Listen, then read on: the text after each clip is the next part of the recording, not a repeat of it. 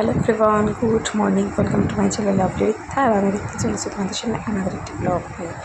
আজ হচ্ছে সোমবার দুষ্টুর স্কুল আছে। আর আমি এখন কিন্তু করছি শরীরের জন্য ডালিয়া। শরীরের ডালিয়াটা বসিয়ে দেওয়ার পাশে হচ্ছে ভাত। তো ভাতের মধ্যে ডিম সিদ্ধ দিয়ে দিয়েছি। তো দুষ্টু কমপ্লেন খাচ্ছে। আমি ভাবলাম এদিকে ডালিয়াটা বসিয়ে ভাতের থেকে ডিম সিদ্ধটা তুলে নিয়ে গিয়ে ওকে ডিম সিদ্ধটা খাইয়ে দিই। ডিম সিদ্ধ, কমপ্লেন, বিস্কুট এইগুলো খেয়ে কিন্তু এই স্কুলে যায়। আর বেশি কিছু কিন্তু ও খায় না। আর আমি আজকে রান্নাগুলো একটু তাড়াতাড়ি করছি, কারণ অনেক কাজ পড়ে গেছে। অনেক কাজ দুদিন ধরেই একটুখানি সে বলে না, প্রেগনেন্সি যেমন অনেক কিছু খাওয়ার ক্রেভিং হয়, তেমনি একটু ঘুরতে যাওয়ার ক্রেভিং হচ্ছে। কিন্তু কোথায় যাচ্ছে সেটার জন্য তো ভিডিওটা পুরো লাস্ট অবধি দেখতে হবে। তো হঠাৎই প্ল্যানিং হয়েছে, তো হঠাৎ প্ল্যানিংয়ের জন্যই অনেকটা কাজের প্রেশার পড়ে গেছে। আর আমাদেরকে কাজটা করতে হবে। এর জন্য আমি রান্নাবান্নাও তাড়াতাড়ি করছি। 2 পদে রান্না করে ছেড়ে দেবো, কারণ 1 পদে খেতে নেই। এর আগের দিন শুধুমাত্র চিকেন আর ভাত করে রেখে দিয়েছিলাম। ফ্রিজে রয়েছে 2 রকমের মাছ, ভাবছি ফ্রিজ থেকে 2 রকমের মাছটা বের করে নিয়ে কিন্তু করে নেবো। তো এখানে দেখো মুসুরির ডাল দিয়ে, ডালিয়া দিয়ে, আর আজকে ফ্রিজে কোনো রকম কিছু ছিল না, আলু লঙ্কা দিয়েই ডালিয়াটা বসিয়ে দিয়েছি। এবার হলুদ লবণ দিয়ে এটা কড়াইতে থাকবে, একটু নেড়ে দিয়ে গেলাম। এবার এটা আস্তে আস্তে হতে থাক। আমি ততক্ষণে ডিম সিদ্ধটা তুলে নিয়ে দুষ্টুকে ডিম সিদ্ধটা খাইয়ে স্কুলে পাঠানোর ব্যবস্থা করি। আর দেখো এই বালতিতে যেটুকু জল ছিল সেটুকুই জল আমি ঢেলে মগে নিয়ে নিলাম, কারণ ওই যে বাড়ি থাকবো না, তো সেই জন্য তো জলের বেশি স্টক করে লাভ নেই। তো সমস্ত কিছু আস্তে আস্তে ভালো করে দিচ্ছি। ফাইনালি দুষ্টুকে রেডি করে এখন রাস্তায় চলে এসেছি। গাড়ির অপেক্ষা করছে, গাড়ি আসলে গাড়িতে জাস্ট তুলে দেবো। আর 2টো মাছ বলেছিলাম, 2টো মাছের মধ্যে চিংড়ি মাছ ছিল এইটুকুনি। তো বললাম পেঁয়াজ দিয়ে, আলু দিয়ে, টমেটো, কাঁচা লঙ্কা দিয়ে এটাকে একটুখানি একটা তরকারি মতন করবো। যেটা ডিমের ভুজিয়া দিয়ে করা, সেটার বদলে এটা চিংড়ি মাছ দিয়ে হবে, কিন্তু কোনো রকম রিচ হবে না। তাহলে মেয়ে ওটা দিয়ে ভাতটা খেতে পারবে। আর আমাদের আরও একটা রান্না করেছিলাম, সেটা একটু পরে করেছিলাম, ততক্ষণে মিষ্টুমা উঠে গেছিলো। তো ভাবলাম যে একটা পেয়ারা নিয়ে বসে ওর সাথে একটু খেলা করি। ও খানিকক্ষণ পরে ওকে স্নান করাবো, ঘুম থেকে উঠে তো আর স্নান করে না। কিন্তু পেয়ারাটা সবেমাত্র ফ্রিজ থেকে নিয়ে এসে বিছানায় রেখেছিলাম, দেখো হাতে ধরছে আর ছেঁকা খাচ্ছে, বারবার সাথে ছেড়ে দিচ্ছে। যে কী হচ্ছে, এত ঠান্ডা কেন জিনিসটা, বিষয়টা। তো চলো, রান্নাবান্না তো পুরোপুরি কমপ্লিট হয়েই গেছে। আর ওকে স্নান টান করে কিন্তু আমি ঘুম পাড়িয়ে দিয়েছি। এই হলো সেই চিংড়ি মাছের তরকারি, যেটা আমি সকালে একটু খেয়েছি, আর ওইটুকুনি রয়েছে। আর এইখানে রয়েছে আলু দিয়ে একটু রুই মাছের ঝোল। তারপরে বলেছিলাম কাজ আছে আজকে প্রচণ্ড, তো কিছু ড্রেস আমার সেলাই করতে দেওয়া ছিল, সেই সেলাই করা ড্রেসগুলোই আনতে গেছিলাম পাশের বাড়িতে।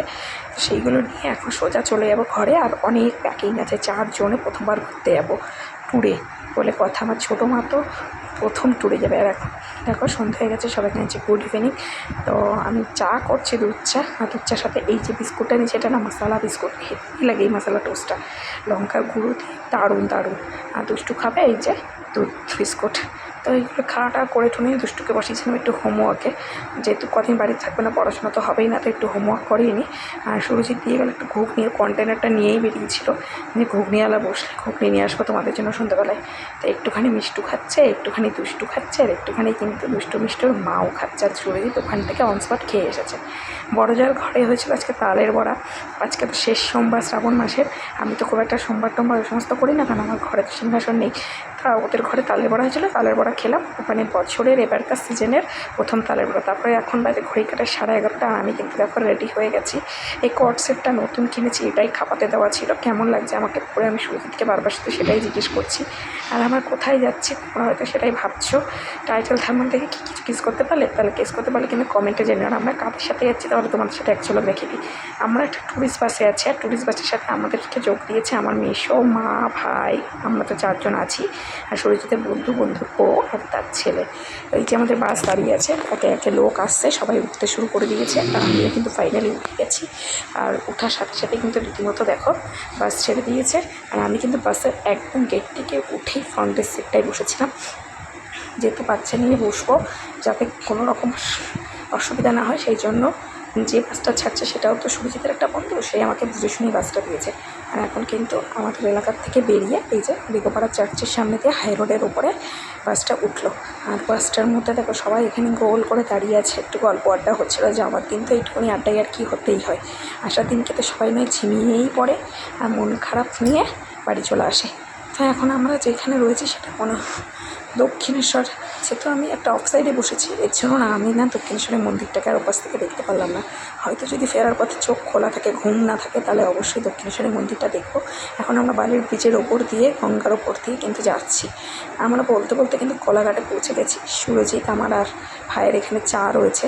আর এত ভিড় ছিল প্রত্যেকটা কোলাঘাটের স্টলগুলোতে, তার জন্য এই একটা ছোট্ট স্টলেই দাঁড়ানো হয়েছে। তো আজকের এই ভিডিওটা এই পর্যন্ত কোলাঘাট অবধি শেষ করলাম। নেক্সট ভিডিওতে দেখাচ্ছি যে কোথায় গিয়ে আমরা পৌঁছালাম। নেক্সট পার্টটা কিন্তু দেখতে ভুলো না। কেমন লাগলো অবশ্যই কমেন্টস করে, ভালো লাগলে প্লিজ লাইক টু শেয়ার এবং সাবস্ক্রাইব মাই চ্যানেল। বাই।